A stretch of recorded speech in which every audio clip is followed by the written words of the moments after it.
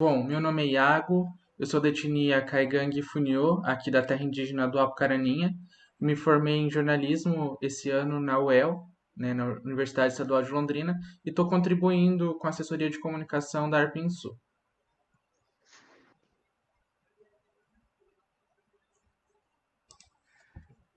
Sou Sandro, atualmente estou na coordenação do COMIN, uma entidade de apoio à questão indígena, uma atuação aqui na região sul e também na região amazônica.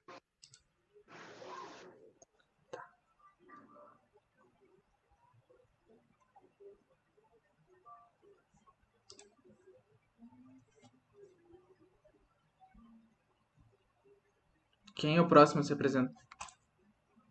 Quem é o próximo a se apresentar, por favor?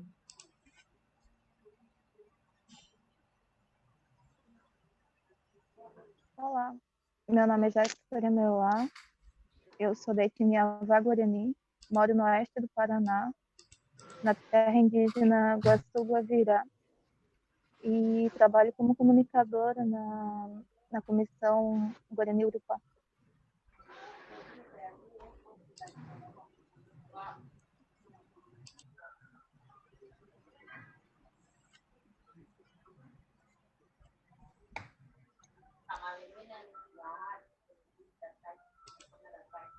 Cretan, Danilo, se apresentem, por favor.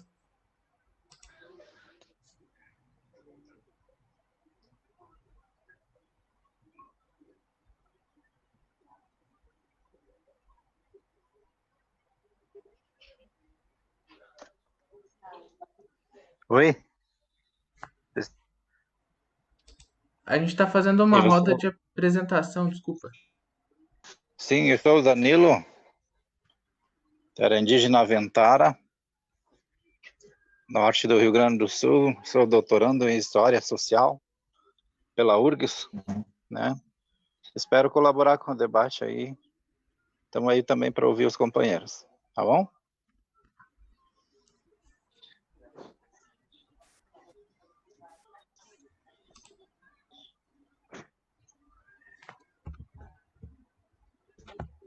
Cretan, acho que é a sua vez agora. Pode se apresentar, por favor. Então, bom dia a todos aí, né? Os Bom dia. companheiros, os amigos, os mais antigos.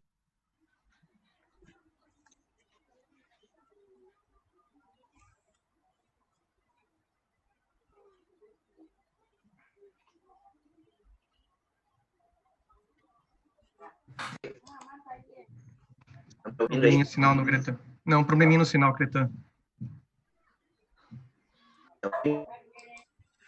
Os mais antigos, os mais jovens, né? Aí os nossos mestres, nossos doutores, né? Indígenas, nossos líderes, né? E principalmente os que vai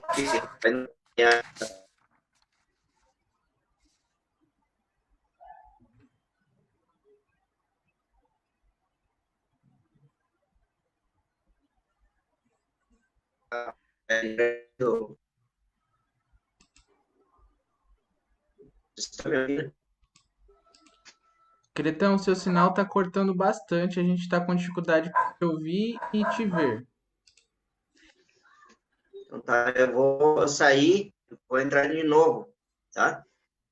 Só um minuto aí. Tá.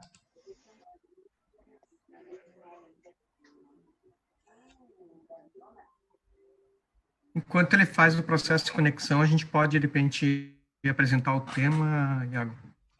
Pode ser, pode ser. Bom, esse ano o ATL está acontecendo online, né, devido à pandemia. E aí a região sul, né, não podia deixar de apresentar uma programação regional. Com isso a gente tem o tema que é Direitos e Usufrutos Territorial Indígena, a luta pela retomada e a retomada da luta na região sul. E aí acho que o Sandro pode dar continuidade, por favor.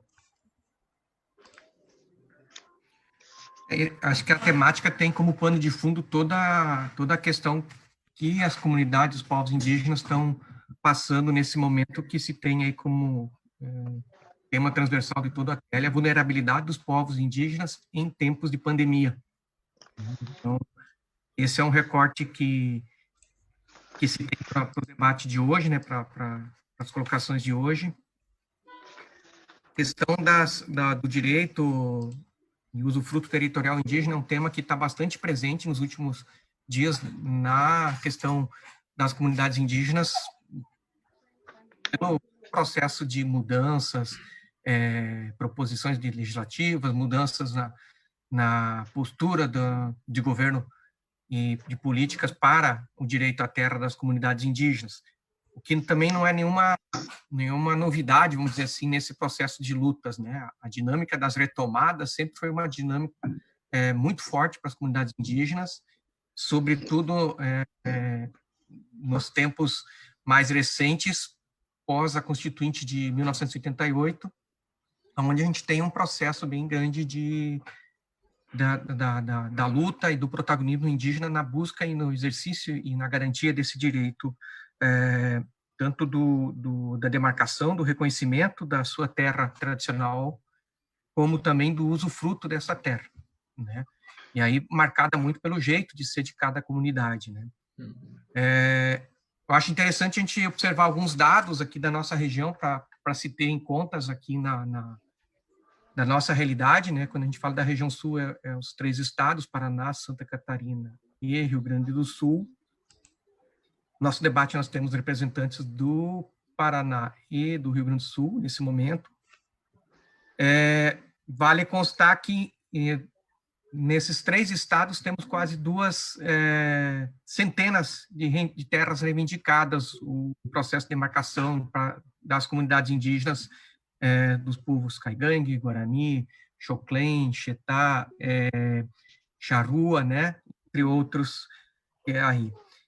Porém, desse número, menos de 30% já tem a posse garantida, né? Então, a gente tem um número menor do que 1/3 de todas as terras em que as comunidades indígenas têm como reivindicação para sua posse como espaços tradicionais, nesse momento são garantidas para que elas possam, de fato, fazer o seu direito e fazer o usufruto exclusivo dessas terras. Acho que esse é um dado bastante importante, em torno de 25%, 26%, segundo dados que a gente tem levantado no último ano. O que se tem garantido para as comunidades indígenas atualmente nesses 3 estados é em torno de 13% das terras, né, para que as comunidades possam ter posse. E aí, mesmo aquelas que já estão em processo a 13% tem processo de demarcação, desculpe. E mesmo essas têm sofrido uma série de ataques. Achei as colegas do oeste do Paraná vão poder colocar bem claro uma situação que estão passando ali de um processo de demarcação em que houve uma contestação agora, nesse ano, né, pelo presidente da FUNAI, e esse espaço de terras que estão em processo de reconhecimento, processo demarcatório, na região são 13% somente, né? A gente tem um outro tanto de quase 40% de terras reivindicadas nas comunidades indígenas aqui na região sul, que não tem nenhum tipo de encaminhamento administrativo pelo poder público. Ou seja, ainda temos um bom número de comunidades que estão em situação extremamente vulnerável no seu direito à terra e, por consequência, também no seu direito, nesse período de pandemia, no seu direito de obter acesso a recursos e políticas públicas que possam as proteger dentro desses processos, porque o seu direito à terra e o processo de tirar desse espaço de terra, o seu sustento, eles estão, não têm garantias, não estão podendo ser exercidos, né? E eu acho que uma característica bastante forte que a gente tem que lembrar sempre é que há um processo de judicialização do direito à terra das comunidades indígenas na região sul, né? No Tribunal Regional Federal da 4ª Região, que tem a sede aqui em Porto Alegre, há centenas de processos administrativos contra os processos marcatórios das comunidades indígenas, né? E tudo isso colocado dentro de um espaço em que as comunidades indígenas requerem para si o reconhecimento de um direito que anterior a todos os outros direitos, né, que é o direito da ocupação tradicional de menos de 1% de todo o território da região sul. Acho que esse embate, essa colocação a gente precisa ter bem claro, porque se sobrepõe aqui na região uma lógica de uma lógica produtivista, né?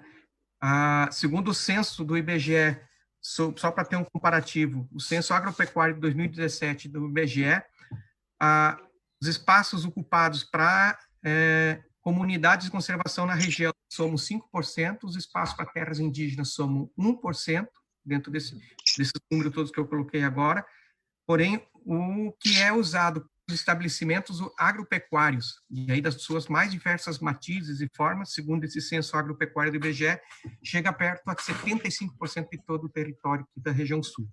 Então, aí a gente tem, acho que, um bom embate para fazer, bons dados também para fazer, de agora, sobre o direito e o usufruto dos espaços territoriais aqui no sul, né, a retomada da luta e a luta pela retomada dos espaços tradicionais que nós temos aí. Talvez a gente começa com os colegas que se chegaram aí, o Wilson se apresenta e quem sabe já pode também trazer a sua contribuição para o nosso encontro agora.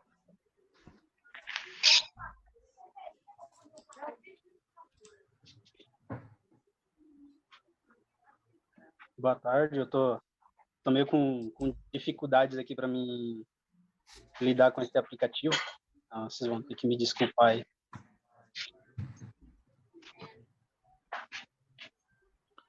Sem problemas, a gente está aprendendo junto a mexer nele. Finalmente. Bom, eu acho que para nós aqui, principalmente a nossa região aqui, o oeste do Paraná, ele é uma região bastante conflituosa. Então, nessa época, a gente teve inúmeras dificuldades, principalmente antes do início dessa pandemia. E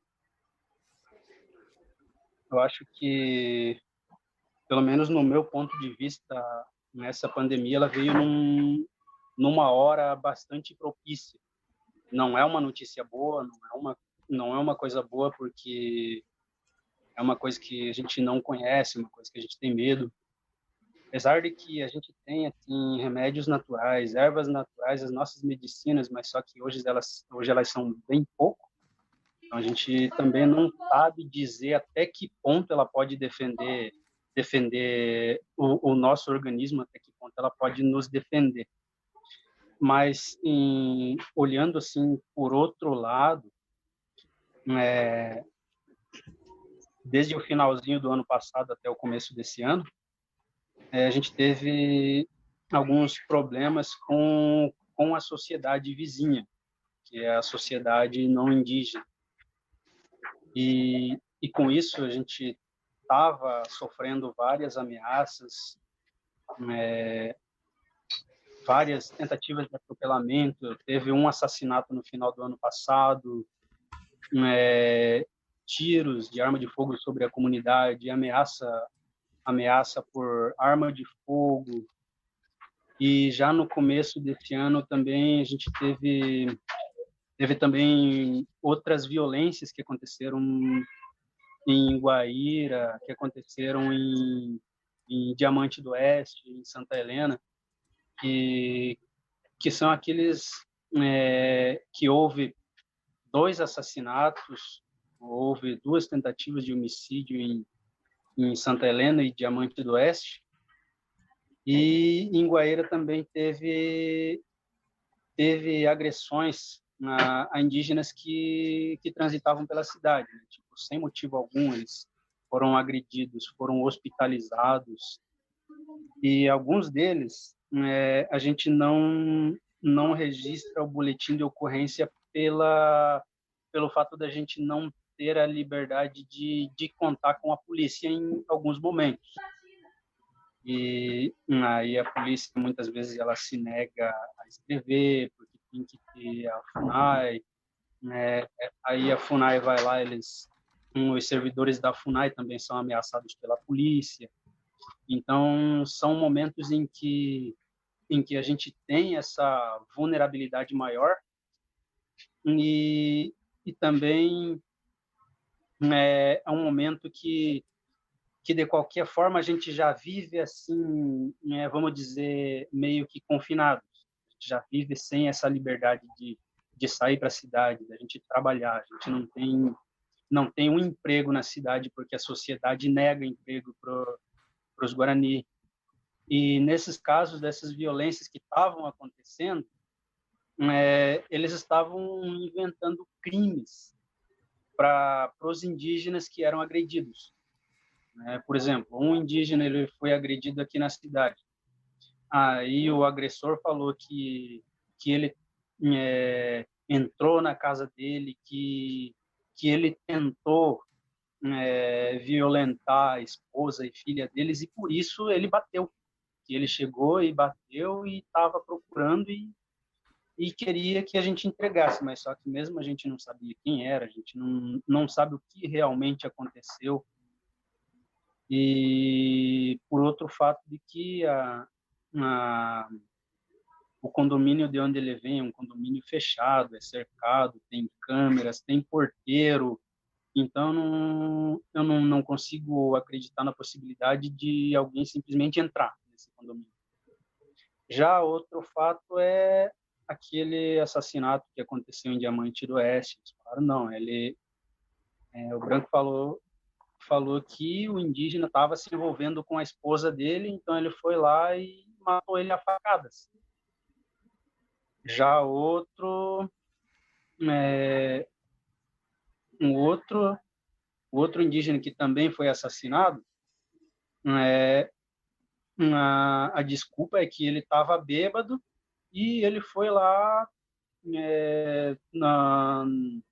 na frente da casa dele para urinar, e isso gerou a revolta do dono da casa, que foi lá com um facão, fez uma emboscada e acabaram ferindo 3 indígenas, hospitalizando eles. Alguns deles ficaram com a saúde debilitada e, infelizmente, um deles veio a óbito, né? Então, logo depois isso aconteceu, e aí veio a pandemia. Aí, logo no dia 16 de abril, a FUNAI assinou a nulidade do RCID da Tecoá, Guaçu, Guavirá. Quer dizer, aí, bem tudo, as coisas aconteceram meio que tudo ao mesmo tempo. Porque com essa notícia da nulidade do RCID, aí a sociedade começou a se levantar, a fazer comentários racistas e dizer que agora eles teriam a liberdade de, na palavra deles, retirar os vagabundos que estão ocupando as propriedades produtivas deles. Então acho que nessa hora de pandemia, isso fez com que eles voltassem para casa. Porque mesmo apesar de todos os crimes, apesar de todos estarem dizendo, agora a gente pode retirar esse vagabundo, a gente pode fazer não sei o quê. Então, nesse momento,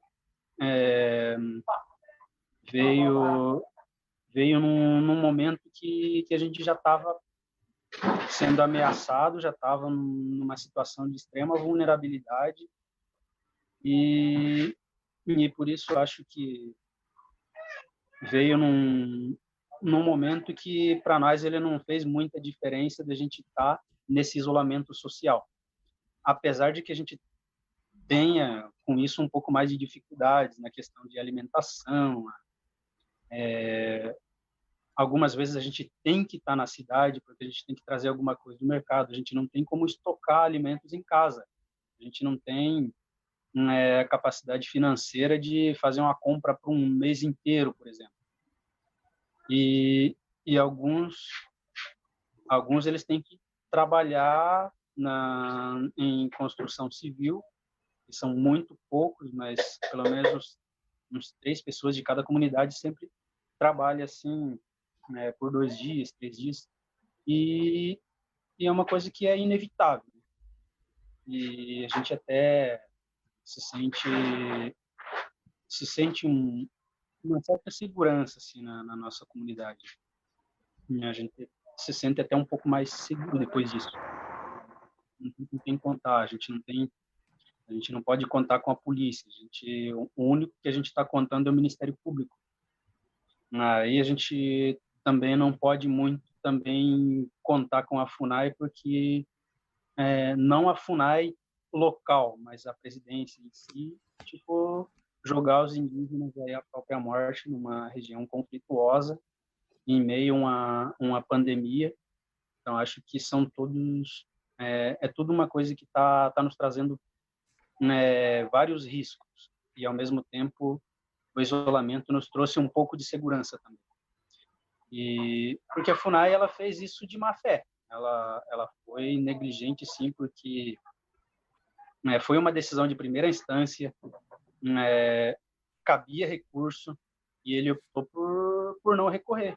Simplesmente foi lá e assinou. Não sei se talvez fosse mais fácil ou não fosse mais fácil, mas ele resolveu nos entregar a morte aí, porque se não fosse essa pandemia, a gente não sabe se a gente ainda estaria dentro das nossas comunidades.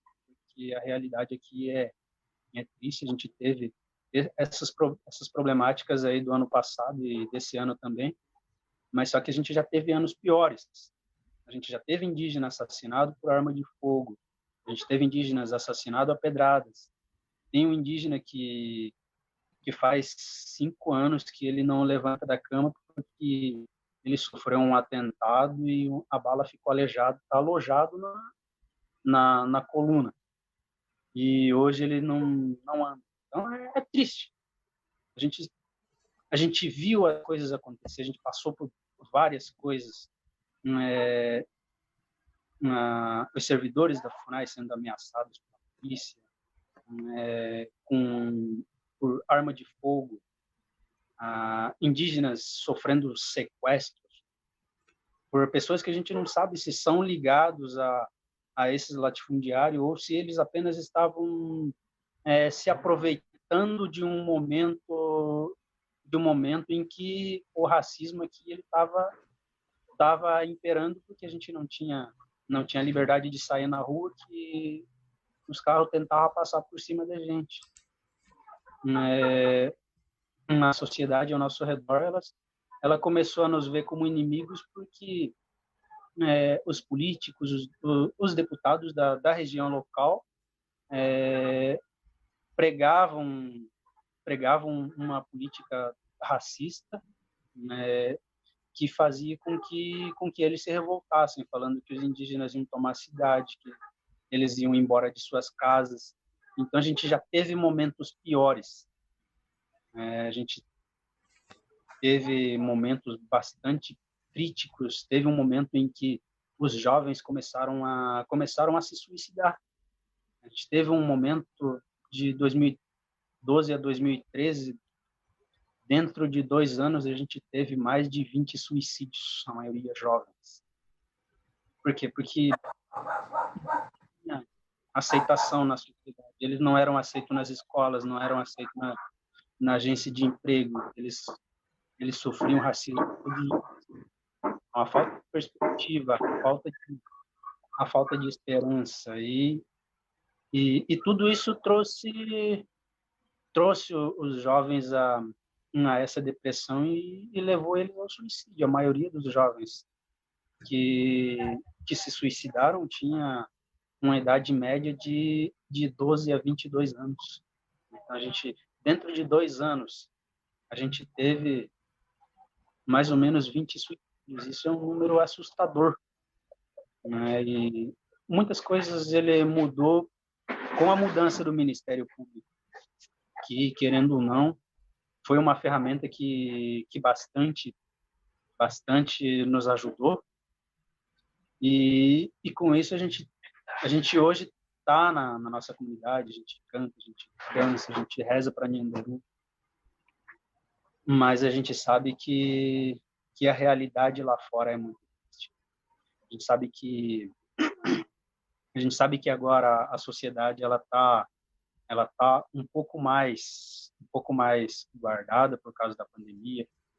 A gente também tem que estar isolado dentro da comunidade, porque os indígenas eles podem ser mortos não por esse vírus, mas sim pela sociedade. Então, a gente tem esse medo. A gente tem esse medo, mas também tem essa segurança de a gente estar dentro da nossa comunidade. Então, acho que, por enquanto, ao longo dessa conversa, a gente fala um pouco mais sobre isso, porque o que nós temos a falar é muita coisa, muito resumidamente a gente fala nesse pouco tempo. Mas, por enquanto, é isso. Valeu, obrigado, Wilson. Acho que tu apresenta a complexidade que é o processo, né? Quer dizer, a questão da vulnerabilidade, de repente, na área da sustentabilidade se torna como um fator de segurança a questão do isolamento, né? Por causa das outras ameaças também nesse processo das retomadas de toda a luta e a busca pelo direito da demarcação do Iguaçu-Guavirá aí, né? E vocês estão bem próximos ao centro aí de Guaíra, né? Então essa exposição é bem direta. Quem sabe a Jéssica faz o complemento aí a partir da visão que ela traz também como um movimento de mulheres nesse processo e também do contexto que tem aí no oeste do Paraná e na luta toda dentro da Comissão Guarani Vorupá. Então, o Wilson fez um resumão do que aconteceu na região. E falar sobre isso ainda me emociona bastante, porque a maioria dos jovens que se suicidaram, a maioria estudavam comigo.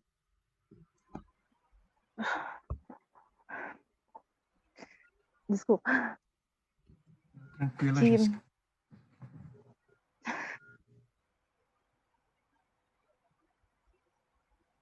Realmente, imagina, você ir no colégio, você ser trancado na sala de aula para você não se misturar com os outros alunos, porque você, no de dos brancos, você uma ameaça.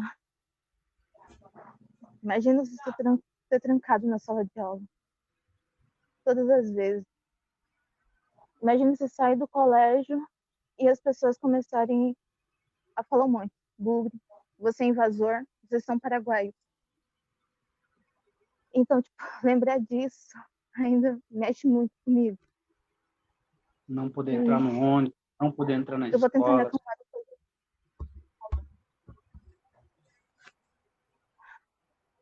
E se você está no ônibus, cara, eu via bastante comentários ruins. E conversando com alguns amigos meus que se suicidaram, falaram assim, pra que a gente vai no colégio? É um colégio onde a gente deveria ser aceito, onde onde a educação devia... Eu vou passar para o Wilson, que é melhor. Eu falar disso e dos jovens da região ainda mexe muito comigo. Realmente, a gente tem que ter, em alguns momentos, a gente tem que ter, assim, um coração bastante frio, porque realmente eu também me emociono bastante quando eu lembro disso, porque é uma luta que a gente teve muita dificuldade em segurar isso no meio dos jovens. Né? As escolas fechando as portas, não tinha vagas para os alunos que saíssem das aldeias para ir para a escola. Os pais de alunos começaram a retirar os filhos das escolas porque tinha indígenas lá. Ou então eles começaram a querer assistir às aulas porque as crianças indígenas representavam perigo para os filhos deles.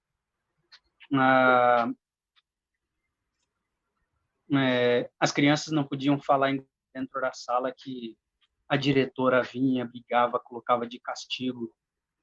E essa violência desde crianças de 5 anos, de 5 anos para cima, em idade escolar, todos vieram a sofrer esse tipo de violência, porque não podia falar em Guarani, eles tinham que ficar trancados dentro da sala de aula durante a hora do recreio.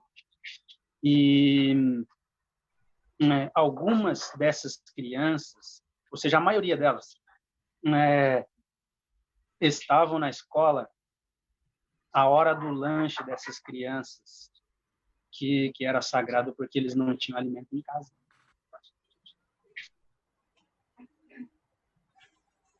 Então, é difícil. Mas, dentro disso tudo, também no ônibus escolar, eles não podiam entrar porque eles eram discriminados, podiam entrar no ônibus. Eles estão com o pé sujo, eles não podem entrar no ônibus porque vai sujar o ônibus. Ou aqueles que entravam no ônibus, eles chegavam na escola, eles não podiam entrar na escola porque eles estavam sujos, porque tinha todo esse preconceito. E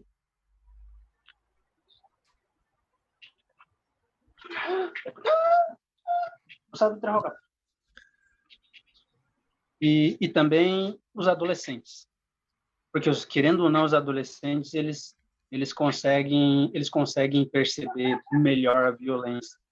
Não são como as crianças não sabem, elas falam em Guarani, elas brincam entre si.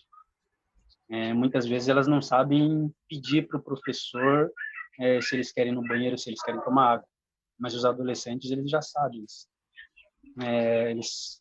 Que o colega chamava eles de paraguaio, chamava eles de invasor, e por causa disso houve muita briga de criança de escola, porque muitas vezes os alunos não suportando as provocações, eles acabavam brigando na escola.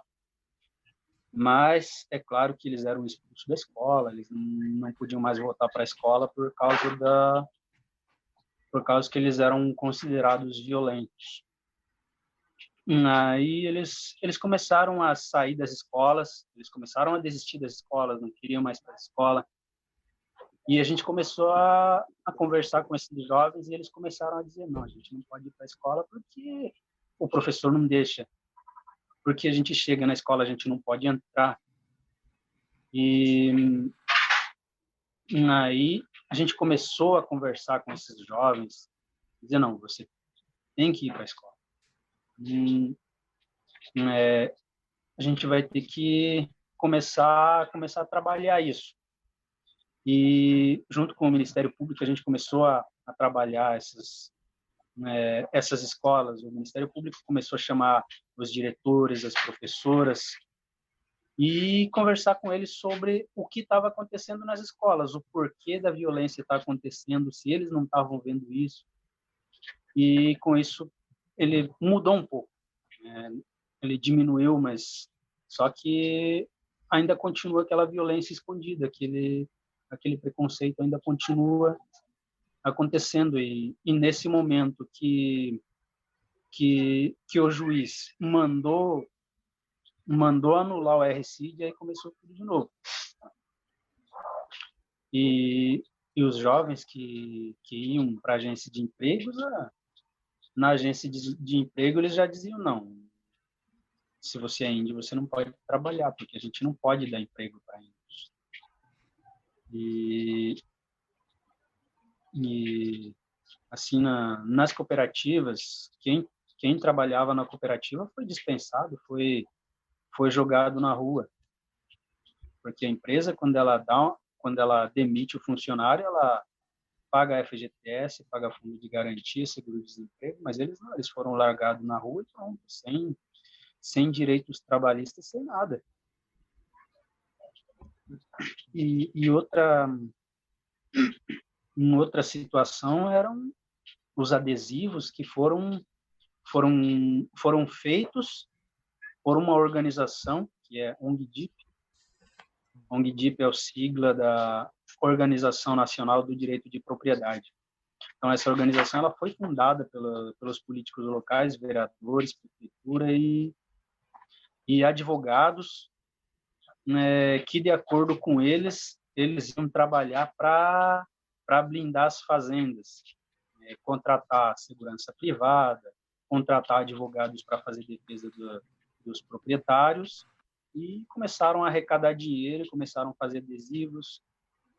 Tinha faixas nas cidades nas 3 cidades, que é Guaíra, Terra Roxa, Palotina, Mercedes. Na entrada da cidade tinha uma grande faixa que dizia: invasão indígena não combina com ordem e progresso. Já nos estabelecimentos, nos carros, tinha um adesivo que dizia fora FUNAI.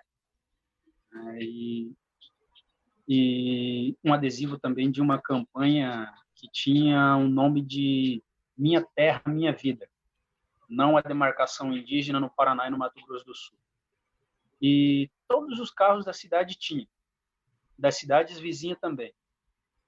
E isso... a gente saía na rua, esses motoristas jogavam o carro para cima da gente assim, sem pensar 2 vezes. Ou a gente corria para o mato ou a gente era atropelado. E houve vários atropelamentos, alguns indígenas foram hospitalizados porque o carro pegou neles de raspão. Uma indígena até morreu atropelada em 2013. Agora, nesse ano, em março, Fabiano Gonzalez também morreu atropelado aqui na cidade. Então, isso fez a gente ser tratado como... Eu não sei o que dizer, porque mesmo inimigos ainda se respeitam, mas só que a gente era tratado muito pior do que isso. E aí com tudo isso também, esses adesivos tinha também na porta de mercado, na porta de loja. Indígena não podia entrar, os seguranças não deixavam os indígenas entrar no mercado, porque eram indígenas. Se o indígena quisesse alguma coisa da cidade, ele tinha que se considerar paraguaio. Porque eles perguntavam: você é índio ou você é paraguaio? Aí se ele falava: não, eu sou paraguaio. E aí eles falavam: pode entrar. Mas se ele falasse: eu sou índio, eles falavam: não, você tem que voltar. O lugar de índio é no mato. O lugar de índio não é aqui, não. Você vai ter que voltar para o Paraguai. Então, isso era todos os dias. Aí...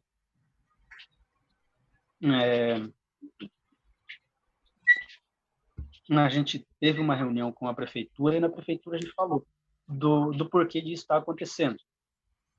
Aí a prefeitura falou que não sabia, falou que não via, mas não tem como não ver uma coisa que está estampada nos vidros de carro, na porta de loja, na porta de mercado, não tem como não ver. Até a camisa da Câmara de Vereadores era uma camisa branca que estava escrito assim: o Brasil que produz pede socorro. Então era uma discriminação das entidades públicas locais e da sociedade local. E isso só diminuiu quando uma das aldeias, no começo da semana, eles se reuniram em um grupo e começaram a percorrer pela avenida inteira e começaram a adesivar os carros por eles mesmos. Uma comunidade daqui, uma comunidade vizinha, começou a tirar os adesivos dos carros, começou a, por onde eles passavam, eles tiravam os adesivos, achavam outro carro adesivado, tirava também, e assim foram até que eles foram barrados pela polícia. polícia barrou eles, falou que eles não podiam fazer e tal. E, por fim, eles compreenderam e voltaram para casa. A partir disso, diminuiu. Mas, antes disso, a gente não estava vendo outra saída. A gente estava sem a liberdade de sair da aldeia. A gente estava passando fome dentro das aldeias. E a situação estava bastante crítica. Dentro dessa época também, a estagiária da FUNAI, ela foi sequestrada. Quando ela estava indo para a FUNAI, às 7 da manhã, 2 carros pararam ela no meio da rua, recolheram ela no carro e começaram a passear, sabe Deus por onde, pela cidade. Ela foi ameaçada, foi abusada sexualmente durante todo esse percurso que eles fizeram de carro. Desde as 7 da manhã até as 10h30 da manhã, ela estava dentro de um carro, sendo violentada. E ela foi jogada na rua, a 1 quadra antes da CPL, que é o lugar onde ela estava trabalhando, com um recado de que a demarcação de terra não ia acontecer em Guaíra porque eles não iam deixar.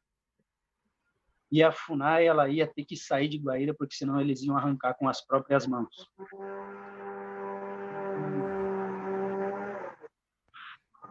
Aí, com isso foi registrado o boletim de ocorrência, mas a gente não sabe como ela ficou depois disso. Ela parou de trabalhar e a gente não sabe como é que ficou o psicológico dela depois disso. E houve também alguns dois sequestros relâmpago. Um indígena, ele foi chamado para trabalhar numa chácara, carpindo roçado. Aí, umas horas da tarde, eles vieram de carro, pegaram ele, colocaram ele dentro do carro e levaram para o Paraguai e deixaram ele lá no Paraguai, lá no Salto da Guairá. Tipo assim, do nada. Só foi levado e ficado lá. Não diferente também uma indígena da Tecoara Guaju, da mesma forma. Eles pegaram ela na frente da aldeia, jogaram no carro e levaram e deixaram lá no Paraguai. Tipo, não tem justificativa para um absurdo desse. Então, aqui também, no finalzinho do ano passado, os carros que passavam na aldeia, eles passavam atirando por cima da aldeia, disparando tiros de arma de fogo.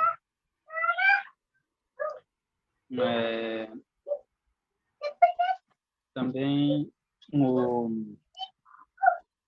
Demilson Velar Mendes, ele foi morto a pedrada na saída da aldeia. A desculpa é que ele estava devendo para a sociedade, não sei do que. É uma maneira que a violência acontece, que eles colocam a culpa para cima do indígena. Porque, aos olhos da sociedade, o indígena é um criminoso. E o que eles estão fazendo é algum tipo de justiça, sei lá. Eu não entendo isso. Obrigado, Wilson. Eu acho que é isso. A situação aqui ela é urgente e bastante complicada. Acho que tu traz a fala da Jéssica também, como testemunho da juventude, essa questão toda das violências que as comunidades são acometidas nesse processo todo das retomadas. É algo que cada vez mais tem ocorrido, né? Comentei anteriormente pelo WhatsApp com a Jéssica que em 2018 eu conhecia a região aí, conhecia o oeste do Paraná, um processo interno que a gente tinha de aproximação com a realidade daí, e de fato o que me impactou foi bastante essa questão dos suicídios que havia entre os jovens, que há ainda, houve relatos ainda na época. E fato que a gente também acabou observando no final do ano passado aqui no Rio Grande do Sul, né? Numa reunião com lideranças do Caigangue, falando sobre o processo de retomada de terras, numa diligência que a gente teve como grupo de direitos humanos e povos indígenas, foi relatado e se constatou essa questão do suicídio e de outras formas de violência, de violações, de atentado que as comunidades sofrem nesse processo das retomadas, né? E acho que a fala que vocês trouxeram até agora mostram que isso tão presente, mas que quando se faz um processo de retomada, de luta, também tem todo um elemento que liga a questão da identidade. E por isso que também, por muitas vezes, essas questões das violências que ocorrem, tentam tirar a identidade indígena. E isso é algo que eu percebi também muito forte ali na região, no fato de chamar de bugre, chamar de paraguaio, dizer que não é indígena, que indígena tem que estar no mato. Isso são percepções que se dá do que se tem como identidade da comunidade indígena. E acredito que isso também é algo que seja bastante forte aqui no Rio Grande do Sul, e nesse sentido eu quero convidar o Danilo para fazer a fala dele, para trazer um pouco, sei que ele tem feito o trabalho de acompanhar esses processos também de retomadas, é alguém que sempre está junto, como historiador agora também deve estar trabalhando bastante essa temática das retomadas. Qual é que foi o perfil, como é que você ouve as falas dos companheiros do Paraná e como é que tu traz também essa percepção da luta chamada Caigangue aqui no Rio Grande do Sul e das outras regiões, aqui, dos outros estados aqui da região sul? Pode colocar, Danilo.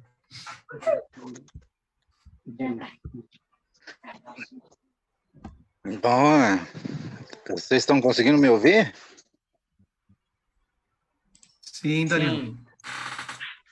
Bom, é um processo longo isso de retomada, né? A gente está agora em cima da questão do SPI, FUNAI, e justamente na questão dos caigangues, da escravidão, né, no trabalho, o uso da mão de obra dentro das aldeias indígenas que foram criadas pelo SPI, né? Para trazer como que o povo foi escravizado e em cima disso, quem sabe, propor alguma coisa, no sentido de, como na ditadura, algumas famílias de desaparecidos, me parece que são indenizadas, né? E nesse sentido que eu também pretendo avançar com minha tese de doutorado, né? Para a questão Caigangue. Mas vendo essa fala, né? Ouvindo essa fala dos parentes Guarani aí, é uma situação bastante difícil, né? E ela foi incentivada desde a época da campanha pelo presidente atual, né? As suas falas mais ou menos estava repassando, né, enfim, para os não indígenas de forma geral que eles podiam fazer, né? E é o que eles estão fazendo, né? Sei que no Rio Grande do Sul é um trabalho difícil, mas os acampamentos que eu conheço, eles continuam, né? Saiu alguma coisa ainda na época da presidente Dilma, né, que deu uma parada na questão da retomada, e então agora, nos últimos meses, ali tinha a ideia de que iam retirar e levar para as aldeias antigas, né? Esse pessoal que está acampado no Campo do Meio, Mato Castelhano, enfim, é o que o aeroporto ali perto de Passo Fundo, que é o que mais a gente tem acompanhado, né? É uma questão bastante difícil, mas que eles não entendem como a gente entendeu ali, eu cito na minha dissertação de mestrado, que é um avanço, né, do Caigangue para cima de seu território ancestral, né? Em momentos difíceis, né, como o que poderemos trazer como exemplo o que está acontecendo agora, né, com essa pandemia, há uma fuga, né, do Caigangue para o interior da floresta, mas a partir do momento que o grupo se recupera, né, de suas forças, a parte de novo para ocupar o seu território, né? Só que esse território já está ocupado com fazendas, né? Enfim, estâncias, cidades, né, que foram, a partir de 1850, com a Lei de Terras, ocupadas, né, e se adonaram desses territórios, né, e aí a gente, então, encontra todo esse processo, né, que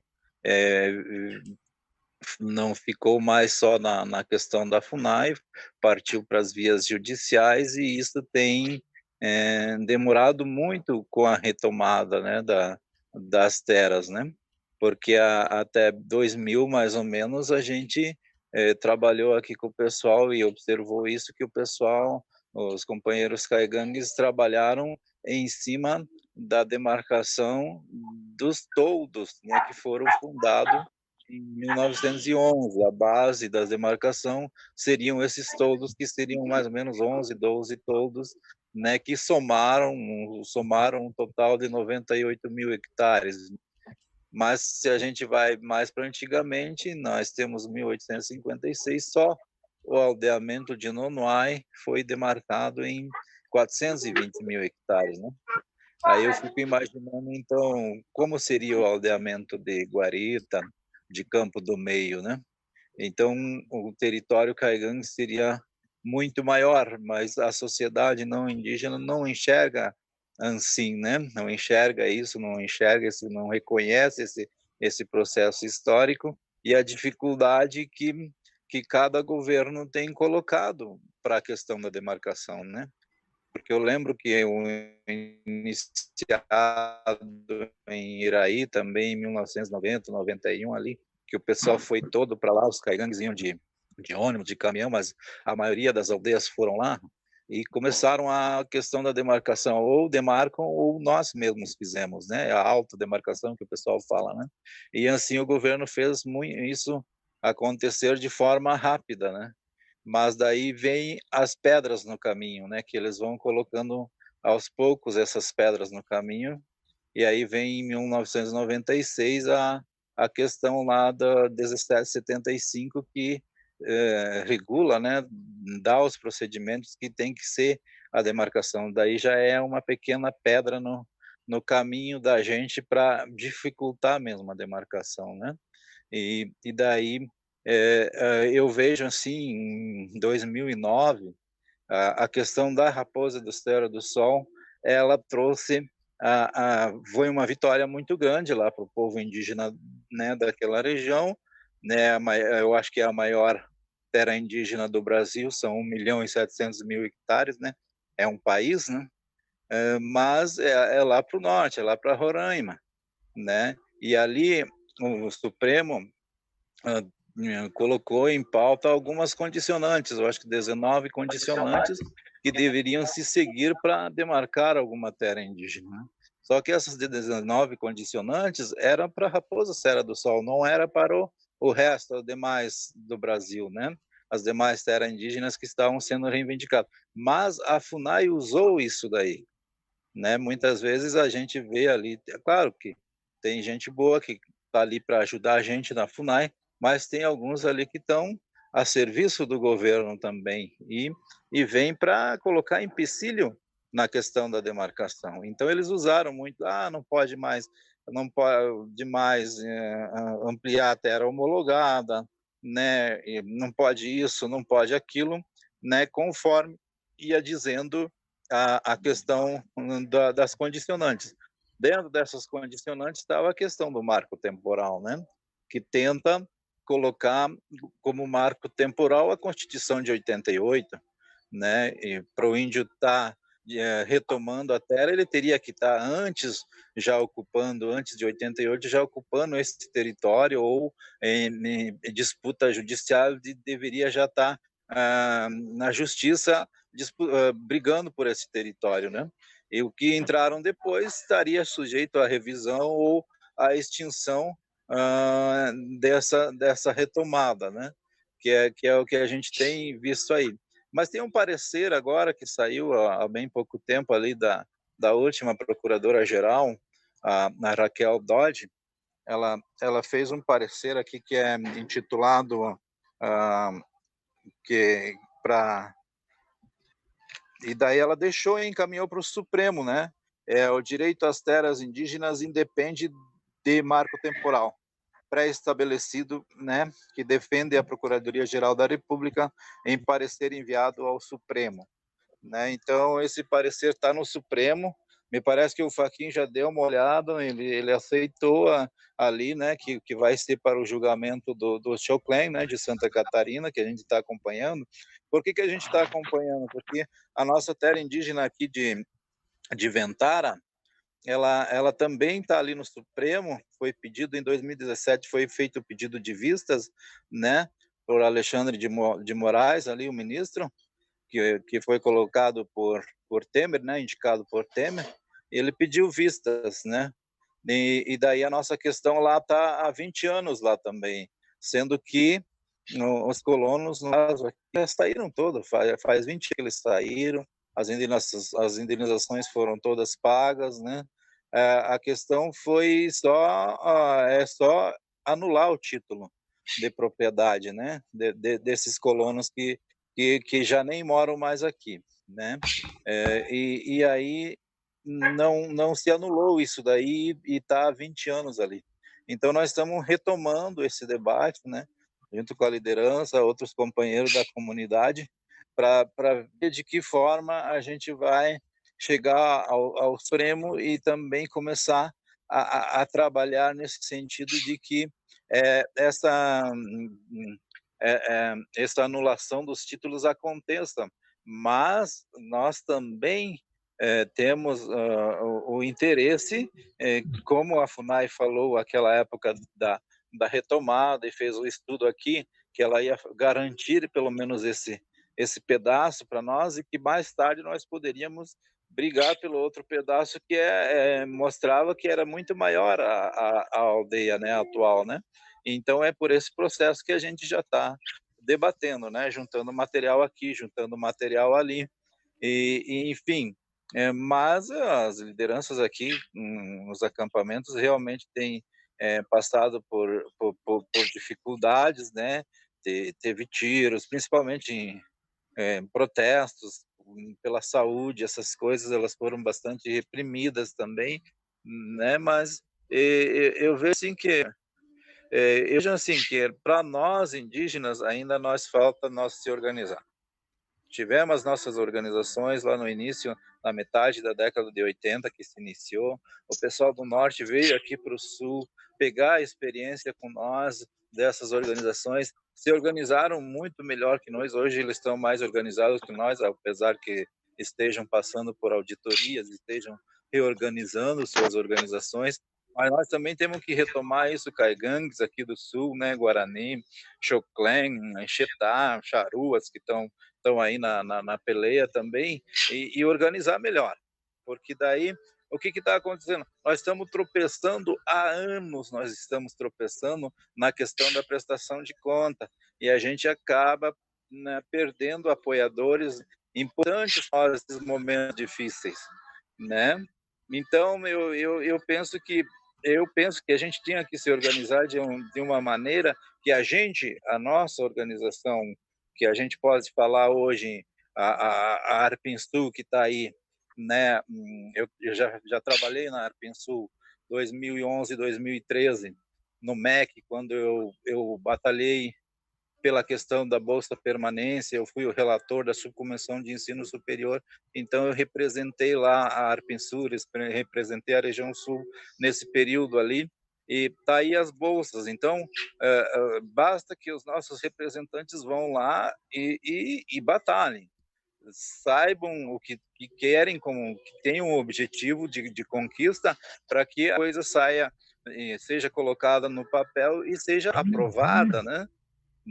Hoje a Bolsa Permanência de R$900 aí dos estudantes universitários está funcionando. Claro que o governo também, esse governo tem colocado empecilhos, né, para a questão da inscrição dos novos alunos, né? Mas é uma batalha que a gente conquistou lá. né, com trabalho, com seriedade, né, com honestidade, com transparência, fomos lá, fizemos o que tinha que fazer de trabalho para a gente avançar nessa questão aí. Então, eu vejo assim, Sandro que está ouvindo aí, o representante do CIMI, ou nós, lideranças, muitas vezes ficamos esperando a FUNAI chamar a gente para reunião, a CESAI chamar a gente para reunião. Nesse governo, agora, eles não vão chamar nós para a gente dar pau neles, eles não vão chamar nós, né? O CIMI, às vezes a gente recorre ao CIMI por algum recursozinho aqui, o COMIN, para a gente poder fazer as nossas reuniões. Nós temos que se organizar para nós ter autonomia, nós temos que ter o nosso próprio fundo, né, para a gente, né, poder se organizar e se movimentar. Claro que essa pandemia aí está atrapalhando muito, né, não podemos se reunir mais, né, para evitar as aglomerações, mas nós temos que estar pensando nesse sentido aí de ter recursos próprios para a gente ter perna para correr no Ministério Público, né, pressionar ali, no caso, nessa experiência aí, que eu estou vendo ali, os companheiros, parentes Guarani ali, estão numa terra sem leis, né, para eles, né, eles não estão sendo vistos como cidadão brasileiro, né, sendo que a FUNAI, a Constituição reconhece isso. A Constituição diz que nós somos cidadãos brasileiros, da forma como nós somos. Os brancos é que têm que respeitar nossas crenças, nossos costumes, nossas tradições, né? Nossa língua, né? Só que eles não veem como isso. Por quê? Porque tem um presidente ali que diz que ia integrar nós, que nós vai entregar. Nós já estamos integrados pela Constituição, nós somos cidadãos brasileiros, né? Então, é essa dificuldade de entendimento por parte dessa sociedade arcaica, conservadora, que assumiu o poder, né? A elite aí mais chucra, né? A elite que deveria ser modelo, né? Um exemplo de sociedade para nós, está trazendo esse Brasil que está virando aí, está virando uma baderna, um caos total, né? Mas nós estamos aí para trabalhar com a questão social, né? E avançar nesse sentido da retomada. Em 2006 eu me afastei da questão da retomada, eu tinha iniciado em 2002 o debate de novo, fui a Brasília, tudo, e daí em 2006 me afastei da questão da retomada, porque estava recebendo algumas ameaças, né? Mas eu estou voltando aqui justamente por causa da nossa terra indígena aqui do Iventara, que ela está nesse processo aí que a gente pode tentar que o território seja maior para a gente distribuir melhor as famílias, né? Porque nós temos a distribuição inicial, mas as famílias cresceram, né? O pessoal vai surgindo os novos casamentos e essas famílias precisam ter uma base para sobreviver, né? E a base na nossa comunidade é a terra, né? Só que essa terra tem dado problema e nós temos que pensar melhor sobre esse problema, sobre essa nossa base, né? Lideranças estão respondendo judicialmente também, já né, sendo condenados pela questão do arrendamento, né? Então nós temos que ver uma melhor forma, mas eu já não me opunho muito ao arrendamento, porque uma experiência que eu passei, né, assim, na terra indígena em que eu era vice-cacique, a Polícia Federal chamou a gente e pediu para a gente terminar com o arrendamento, né? E a gente chegou na aldeia e falou para o pessoal, fizemos uma reunião que o arrendamento precisava terminar e nós íamos se organizar de forma diferente e tentamos organizar uma cooperativa. E o que aconteceu? Os que estavam arrendando se organizaram e botaram nós para correr. E a Polícia Federal e o Ministério Público depois não estavam com nós. Favoreceu os outros que estavam arrendando. Então, por essa experiência que eu passei, hoje eu já não me oponho mais com tanta força assim contra o arrendamento, porque ela é secular na gente, essa forma de relação, né, com a terra já é secular, porque eu estava aqui vendo o relatório Figueiredo, tem um aviador, eu acho, general, deixa eu ver aqui, ó, tem o aviador Luiz Linhas Neves, né, que teria, na década de 60 ali, ou antes, autorizado a venda de madeira, de gado e arrendar as terras indígenas. Então, nos meus estudos estava isso daí, que é mais ou menos esse aviador que tinha autorizado o arrendamento das terras indígenas, né? Mas daí eu consegui um outro material, um relatório de 1911, no Museu do Índio, no Rio de Janeiro, e esse relatório já traz 1911, aqui, justamente aqui na terra indígena Ventara, o cacique Evaristo Ribeiro, da época, e os que visitaram a aldeia foi o José Bezerra Cavalcante e o Raul Abolt, que era um inspetor do estado aqui do Rio Grande do Sul. Eles já organizaram o arrendamento naquela época na aldeia, aqui pelo relatório. Então, o arrendamento faz mais de 100 anos já presente entre os caigangues, né? Então, para a gente quebrar esse gelo, a gente tem que ter um antídoto, né? Uma fórmula ali já preparada para a gente cair fora de daí, né? E o principal que eu falo é a questão de ter créditos, né? Financiamentos. Algumas aldeia, é uma só, eu acho que eu vi, né, que é o Careteiro, no Rio Grande do Sul, que consegue fazer esse tipo de financiamento no Banco do Brasil e consegue fazer suas plantações dentro da terra, né, da aldeia. As outras aldeias não conseguem nenhum tipo de financiamento, né, e acabam caindo, então, nessa aí do arrendamento como forma de produzir, gerar alguma renda, né? E daí, então, eu vejo assim que o arrendamento ele é ruim quando ele atinge, como ele atingiu na época do SPI, ele atingia só 2, né? Era o cacique e o chefe de posto, né? Mas algum tempo atrás ele atingia meia dúzia. Algumas aldeias que a gente vê atinge meia dúzia ali que se beneficiam disso. Mas a partir do momento que ele atinge a maioria da comunidade, a maioria das famílias, ele ajuda a sobreviver nesses momentos difíceis, né?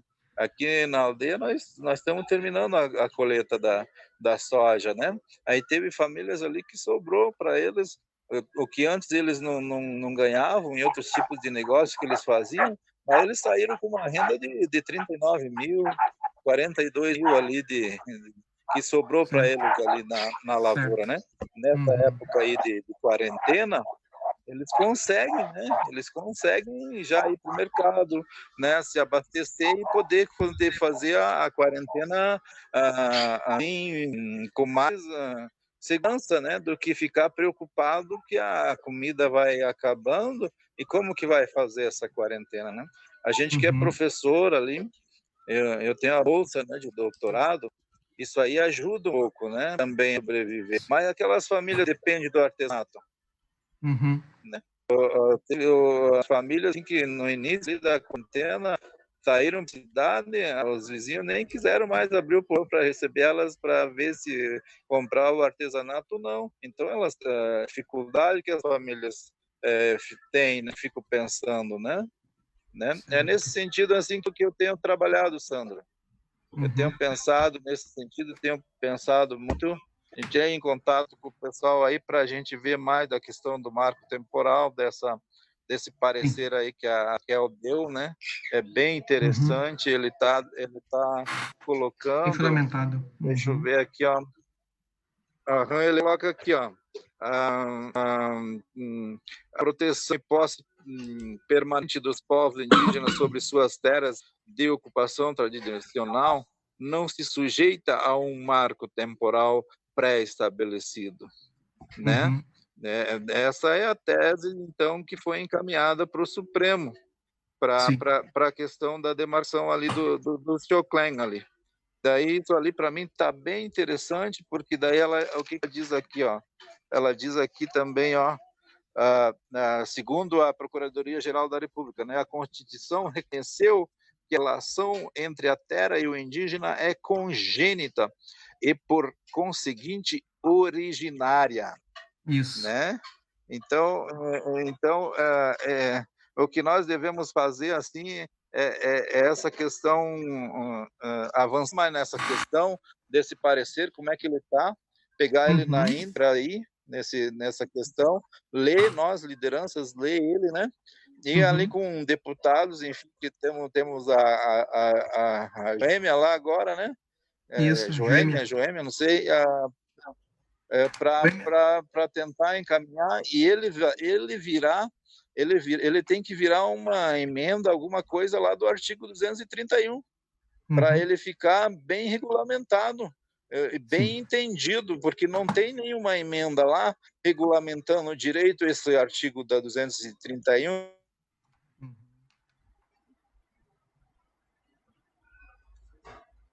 Congelou, né? Congelou. Danilo?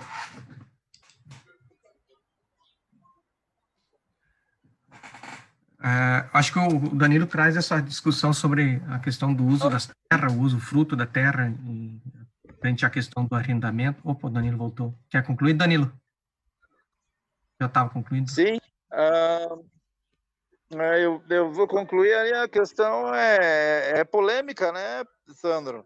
Eu vejo que a questão é polêmica. Nós temos que colocar na mesa e tirar as soluções. Nós temos que colocar as cartas. Não adianta a gente ficar escondendo aqui e ali, se a realidade está ali posta. A gente está presenciando isso daí, né? Então, tem que ter. Eu vejo assim, para a questão da gestão desse território, a gente tem que pensar alguma coisa assim, porque tudo era FUNAI, né, Sandro? Tudo era SPI, tudo era FUNAI.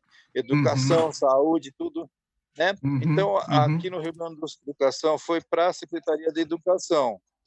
A educação, a FUNASA, depois agora a saúde, né?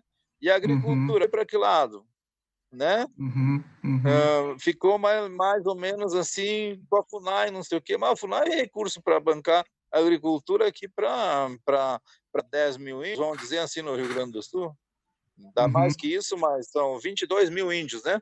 22, 23 mil. A FUNAI não tem recurso. Então, que órgão, né, um Ministério da Agricultura, uma Secretaria da Agricultura, pudesse assumir, né, essa parte da agricultura, que é a base de sustentação das nossas aldeias, né? Tanto para a questão, nós temos que ter o espaço, claro, a nossa comunidade tem que ser conscientizada disso, de tem que ter o espaço para produção sustentável também, né? Mandioca, abóbora, feijão, um pouco de milho ali, né, para nós se sustentar, mas também para o mercado. Eu acho que nós devemos trabalhar com as duas linhas, nós não podemos deixar de fora uma a outra, né? Porque a gente falta. Eu aqui com minha família, a gente achou um cantinho ali, nós taquemos uma mandioca ali. Hoje a mandioca está ajudando nós já, né? Já estamos comendo uma mandioca ali. Então é só deixar um espaçozinho para isso, precisa ficar só no soja, que o soja é lá para a China, né? Vai tudo lá para a China, não fica nada nós para a gente comer soja, né? Então, Mas eu acho que a gente está dessa maneira de tentar... Oi? Não, eu ia dizer que esse tema da sustentabilidade e segurança alimentar é o tema que vem na mesa de amanhã, né? Com as lideranças. Vai ser a temática de amanhã, ela vai ser bastante pontuada nesse sentido aí com as outras lideranças, Taigane, Guarani, mas Choclen também. Aí, a questão do nosso direito muito atacado, né, Sandro? Nos últimos tempos, mesmo com o governo Dilma, eu consegui lá um trabalho, com muito esforço, a questão da Bolsa Permanência, dar uma ideia, a pressão de Bolsa Permanência, mas não avançou muito nas questões de terra, parou tudo. A FUNAI, eu acho que fragmentou os indígenas a partir de 2010, 2011, ali a FUNAI tentou um comitê ali, os comitês regionais, não sei o que ali, de cacique, cargo, dependente de comer aqui, ali, ia pagar isso, ia pagar aquilo. As lideranças ficaram esperando, quando viram, já estavam abandonadas, né? Então, a própria Certo. FUNAI faz esse tipo de artimanha que a gente tem que ficar bem atento, né? E debater com coragem, não adianta ficar escondendo, tem que botar na mesa, ó, isso aqui está errado, liderança, você está fazendo isso aqui, não é bom para nós, é esse caminho que a gente tem que ir, cada liderança tem que entender e no sentido assim, se autoconscientizar. Nós temos liderança que tem que se autoconscientizar e nós próprios, a comunidade Caigangue, também tem que se autoconscientizar, né, de que é uma retomada de consciência. Nós temos que se despir daquilo que a gente já, nesses 500 anos, faz parte, muitas vezes, da formação da gente, repensar melhor a questão, né, da terra e da sua gestão, né, a questão aí, e avançar nesse sentido. Eu acho que avançar aqui nós estamos achando importante avançar, porque nossa questão está no Supremo já, né? Nós dá uma empurradinha que eu acho que avança. E já estão bem no começo, então nós temos que ir para cima da FUNAI e conversar melhor como é que eles vão fazer isso depois. Era isso. Obrigado, Danilo. Acho que tu traz alguns assuntos. Eu ia dizendo aqui que o Cretano ter a conexão, porque ele poderia responder essa questão do movimento indígena, porque ele justamente está nesse espaço aí, o Iago também pode responder pela Arpinsul, né, como é que está essa questão da mobilização indígena. Há uma articulação bastante grande nesse processo, que é a retomada da luta na região sul, tá na live. Pela região sul, para a questão da terra nos últimos anos. Deixar pelo menos uma mensagem. Botar o Cretano, Iago. Tá. A gente está tentando fazer uma conexão doida aqui. Tá meio difícil. Uma gambiarra. Vocês estão me ouvindo aí? Estão ouvindo ele, pessoal? Estamos ouvindo. Estamos. Pode falar, Cretano. Então, tá meio difícil a comunicação aí com vocês, né? Mas eu consegui pegar pouquinha coisa, porque eu não consegui entrar.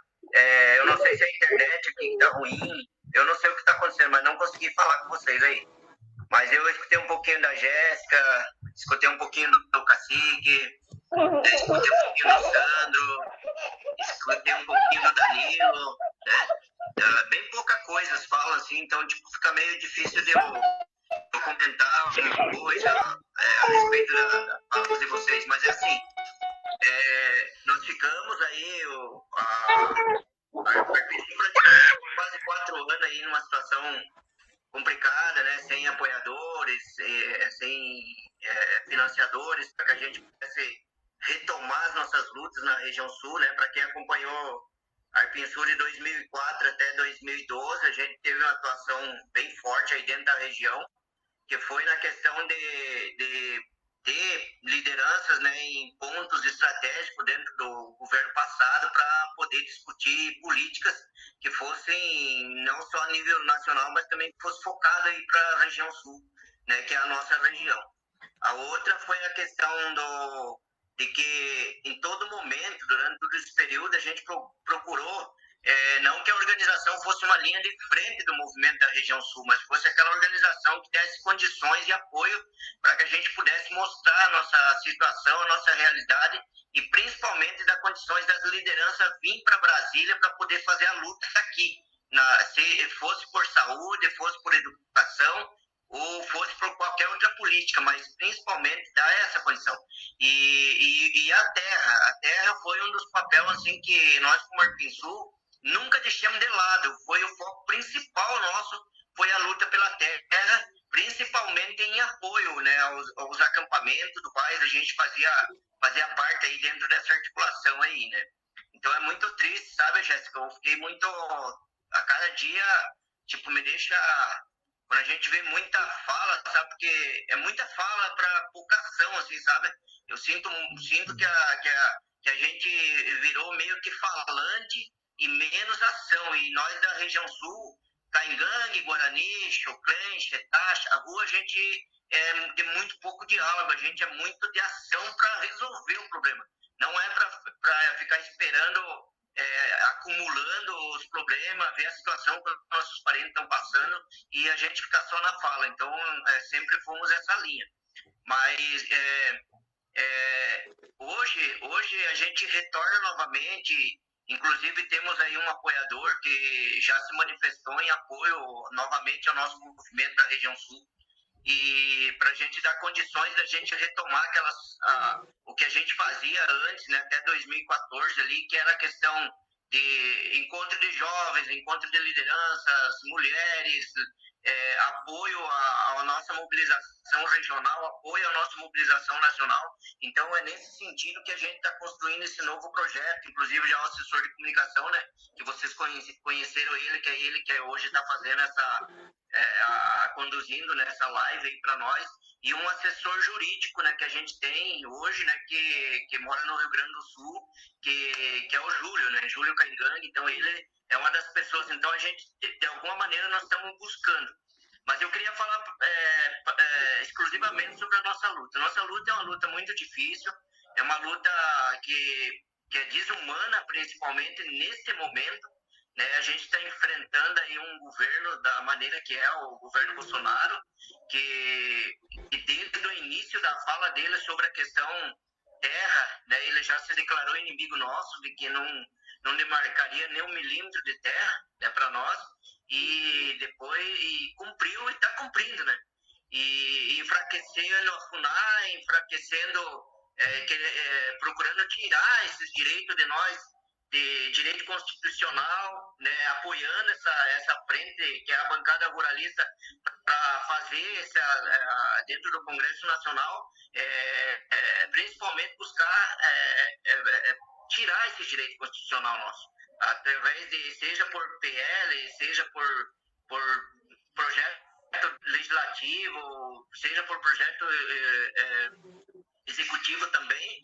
Então, tirar esses direitos nossos. Mas o que a gente deixa como experiência é esse início da luta nossa na região sul, né, que a gente tem que ter muito orgulho dessa nossa luta, nós que somos do sul, nós que somos Caingang, nós que somos Guarani, né, nós que somos Xetá, nós que somos Choclen, Charrua, que estamos na região sul, por nós ter dado início nessa luta nos anos 70, um momento em plena ditadura militar, aonde que nós, os Caingang, os Guarani, né, se unimos para fazer a primeira luta de repercussão nacional, que deu início nas retomadas das nossas terras. Então isso a gente tem que ter essa consciência e esse orgulho nosso de dizer que foi nós, foi uma união nossa que fez com que a gente desse início, e hoje o Brasil todo está em retomada de terra para recuperar seus territórios, graças àqueles nossos líderes que fizeram essa luta e as nossas organizações parceiras, como é o CUMIN, como é o próprio CIMI e outras organizações indigenistas que sempre são parceiros nossos aí,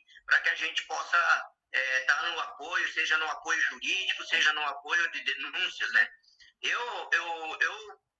Eu nasci numa terra já não totalmente garantida, né? Tivemos que lutar por 40 anos para ter a terra foi dividida em 3 partes, para nós ter a parte central da terra, que era onde tinha a maior reserva de araucária do mundo hoje, que é a terra indígena Magueirinho. Eu nasci lá, me criei lá, né? Vi meu pai morrer ali dentro, que era o cacique Ângelo Cretan, né? Foi assassinado dentro da terra indígena, comprovada este ano, em janeiro, durante o evento que a gente homenageou Ângelo Cretan pelo procurador do Estado do Paraná, que todos os estudos que foram feitos comprovou que o Ângelo foi assassinado mesmo. Então, mas eu eu participei de várias retomadas durante minha militância aí, e apoiei retomadas também. Inclusive quando a gente estava aí com a Arpensul numa situação bem privilegiada de apoiar as lideranças. Mas eu moro numa área de retomada hoje, que eu fiz questão de retomar uma terra para mim morar e poder criar minha família e os meus filhos. Para mim poder passar todas as dificuldades que as lideranças, que as comunidades passam, que é falta de água, falta de energia, falta de políticas ali dentro, seja da educação, seja da saúde, os riscos que a gente corre. Eu sofri 2 tentativas de homicídio e ameaças inúmeras durante esse período que eu estou dentro dessa terra indígena. Então, eu queria ter isso para mim sentir como liderança, como que é a dificuldade de você morar num acampamento, como que é a estratégia que a gente luta para poder garantir a comunidade ali dentro desse território.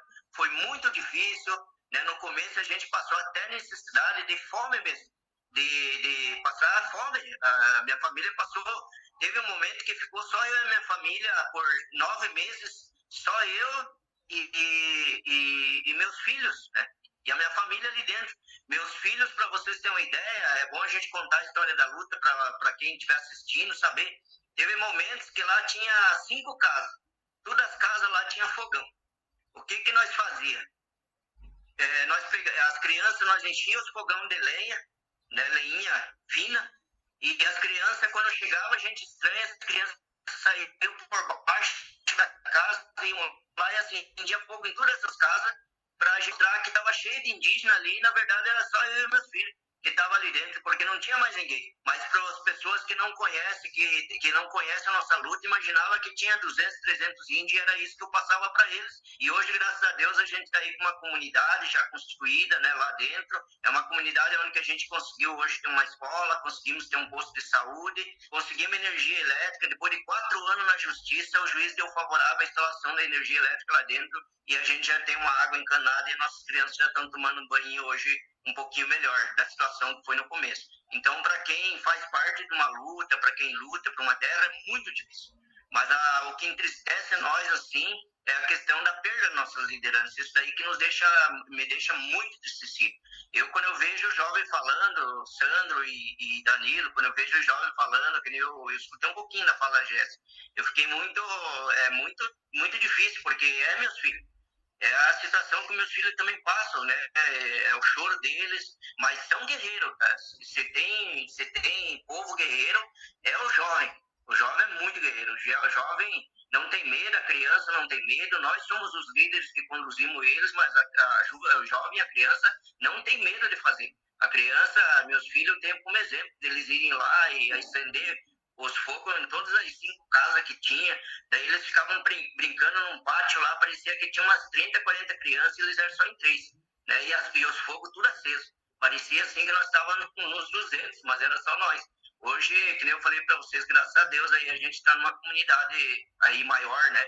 Lá mora Caingangue, mora Guarani, mora Choclen, né? Uma aldeia bem assim, como é que se diz, étnica, né? Tem essas 3 etnias morando no mesmo espaço, né?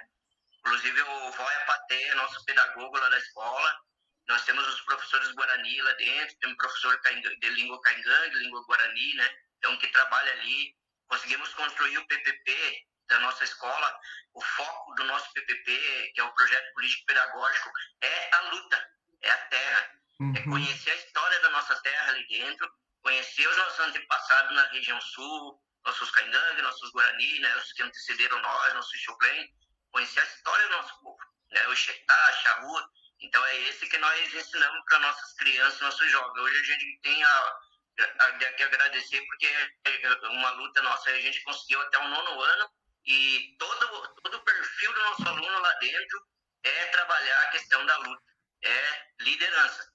O PPP nosso foi construído em cima de líderes, de formar líderes, porque a gente se preocupa que amanhã nós vamos passar, mas nossos filhos, nossos jovens Guarani lá dentro, nossos jovens Caingangue, o Choclen que está lá dentro, precisa ter essa orientação para eles poderem fazer a luta deles no futuro, porque não é jovem, que nem eu sempre falo, jovem não é mais futuro, não, jovem é presente, tá ali do nosso lado, é uma liderança ali do lado que está atuando junto com a gente.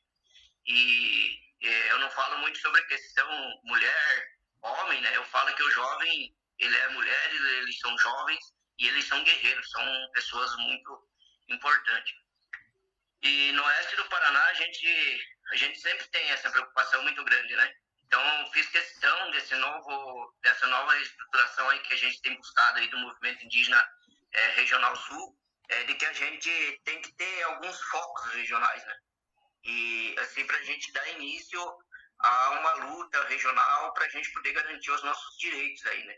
Então, aí o oeste do Paraná é uma região aí que eu fiz questão de convidar jovens, né, convidar os caciques que estão participando de lá, para que a gente possa construir uma maneira de a gente reorganizar o nosso movimento na região e principalmente fortalecer a nível nacional e principalmente dar condições e buscar parceiros, né?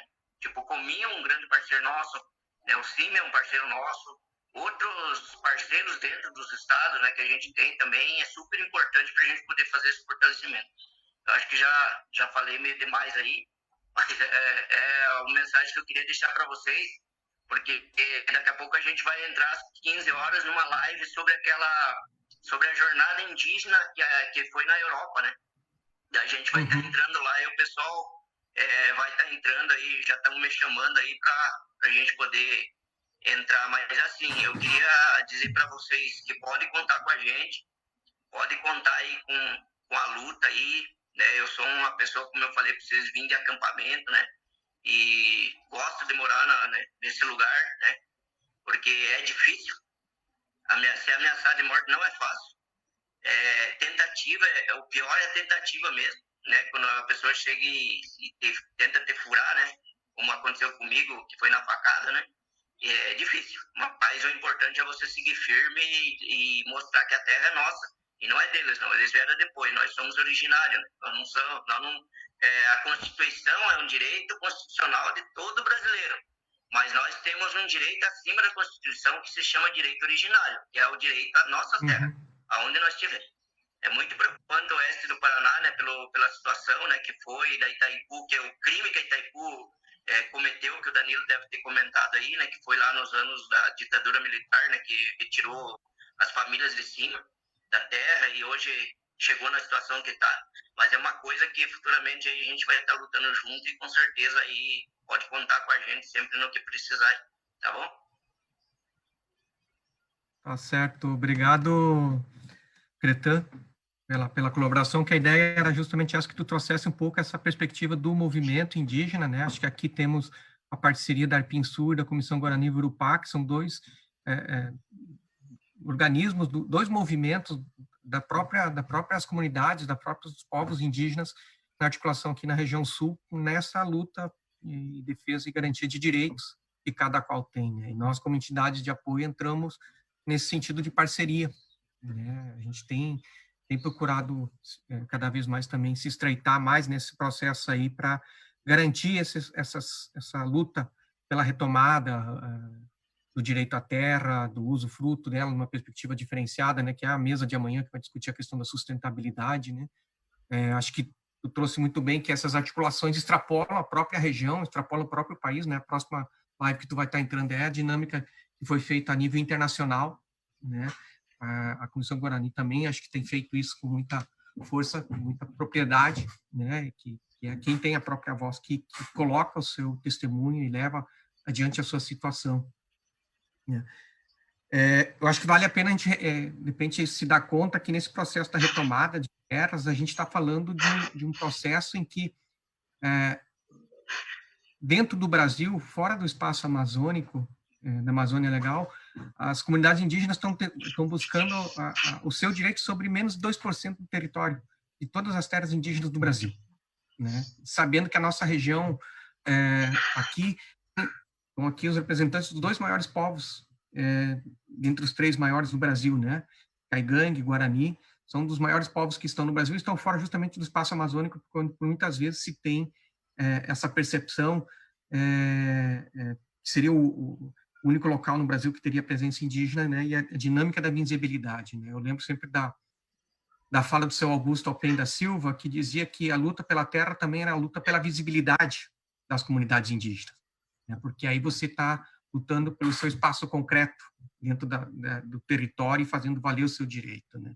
Então, acho que isso é uma questão que a gente sempre tem que ter presente nesse sentido, né? Então, as violências, as violações, os atentados, todos os processos que vêm contra são formas de tentar tirar essa visibilidade, tentar esconder toda essa dinâmica que vocês trazem com muita força, né? Que as comunidades indígenas têm muito forte nesse processo de retomadas, né? Nesse processo. E eu acho que também o que veio muito forte agora no final foi um pouco essa dinâmica de que também a retomada da luta pelo direito e pelo usufruto da terra tem ocupado espaços diferentes. Acho que a fala que o Cretan trouxe agora é muito forte nesse sentido, onde que a própria Arpinsul, eu também sei da Comissão Guarani-Urupá, tem buscado a questão da assessoria jurídica, e assessoria jurídica feita pelos próprios formados da própria etnia, seja Guarani, seja Caigangue, né, assim como outros povos, a própria Joêmia é um exemplo disso, porque a luta também está dentro do espaço judicial. E se fazer, apresentar essa via no espaço judicial. O Danilo falou do espaço acadêmico também, né, Danilo? São outros espaços que estão se buscando para fazer presente qual é que é a versão da história, qual é que são os elementos históricos que os indígenas têm trazido nisso. Né? E a questão da incidência política, né? Essa dinâmica de pautar junto às comunidades, junto ao poder legislativo, junto ao poder executivo, a questão de processos legais, né? O ATL do ano passado teve uma audiência pública onde o Cretã fez uma fala dentro do Senado defendendo a estrutura da FUNAI dentro do Ministério da Justiça, né? Porque essa era a pauta que tinha sido passado, né? De se garantir os espaços para onde se poderia ter o direito à terra para se fazer a luta, que não houvesse essas mudanças, né? Acho que uma coisa que foi lembrado naquela oportunidade, que vale a pena lembrar agora, é que o movimento indígena foi um dos primeiros movimentos a se levantar dentro desse contexto todo de contestações e de ameaças a direitos que nós estamos tendo agora nesse último período, nesse passado, nesses momentos bem recentes, né? Não só com o atual governo, mas já desde o processo aí que se tenta atacar a democracia, os movimentos indígenas sempre foram um dos primeiros e os mais fortes que deram respostas a essas ameaças à democracia brasileira, né? Então, acho que vale a pena lembrar disso e convidaria, então, a cada qual que pudesse dar a sua palavra final, né, para nós ir encerrando aqui, porque tem outros programas que estão seguindo aí. Quem sabe a gente começa com a Jéssica, né, para trazer as suas palavras. Se quiser fazer também, trazer a sua fala, né, antes ela ficou bastante emotiva, acho que você colocou bem que esse sentimento e essa situação é muito forte vivida, mas também é um poder de reação muito forte. Acho que tanto da juventude indígena, como também eu tenho visto muito a Marcha das Mulheres Indígenas no ano passado foi um marco nesse sentido, né? Desse protagonismo, desses protagonismos que estão se colocando cada vez mais forte dentro do movimento indígena, como uma forma também de fazer a garantia de direito, de vozes que se colocam junto à sociedade como um todo. Vamos fazer essa nossa rodada final, então, de colocações aí, começando pela Jéssica. Então, eu peço desculpa, eu queria ter colaborado mais, mas, tipo, falar sobre esses assuntos mexe muito comigo. E uma coisa que eu sempre digo, tipo, você ser jovem já é complicado, a adolescência em todo, porque tá na fase de você se descobrir o que você quer na vida. E imagine você sendo jovem indígena e vivendo nessas duas sociedades. Como que fica a cabeça de um adolescente? E eu só peço que, tipo, tenha noção das pessoas de fora que olhem mais para o oeste do Paraná, porque a vida dos jovens indígenas importam muito. E eu acho que é a demarcação já, para o oeste do Paraná. É isso. Obrigada.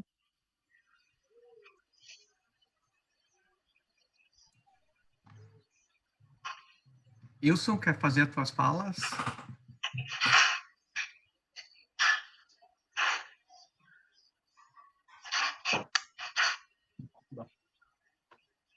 Tudo bem de áudio aí?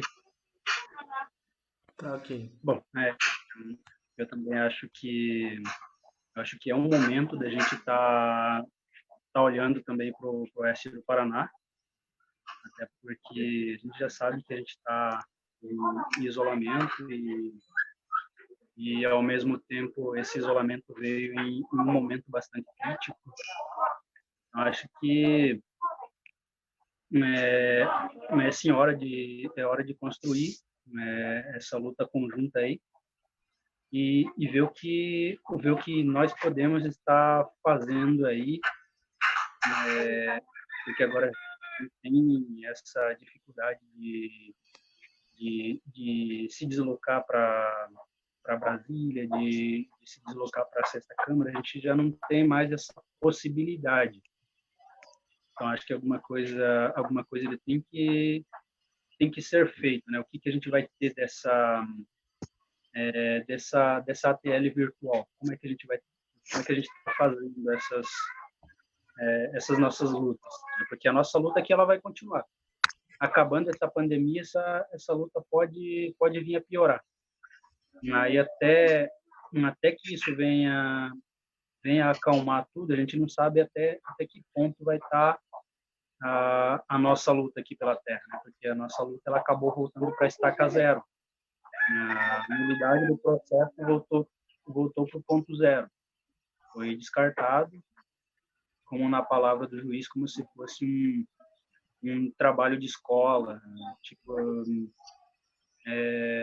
fazendo tudo, desprezando o total trabalho da FUNAI e também desses trabalhos que foram feitos até com a colaboração da FUNAI, dos antropólogos que tiveram envolvidos. Então, acho que isso tudo para nós já é complicado, né? Mas depois disso, ainda voltando a estaca zero, como nós vamos ficar amanhã?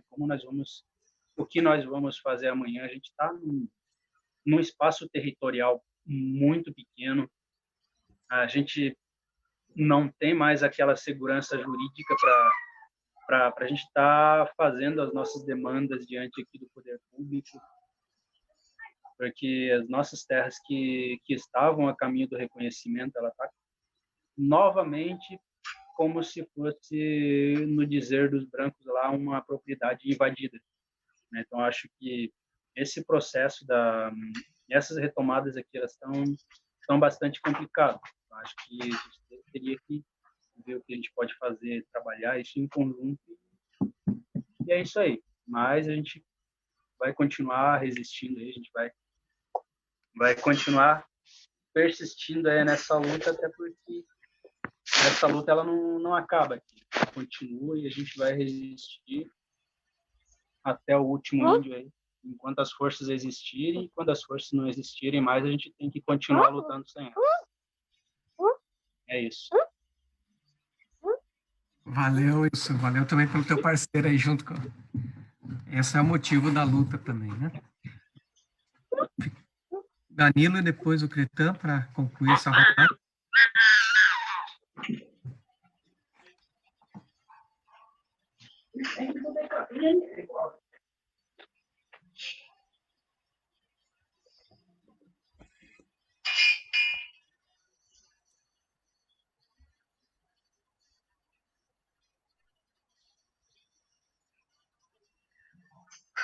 Danilo está sem microfone.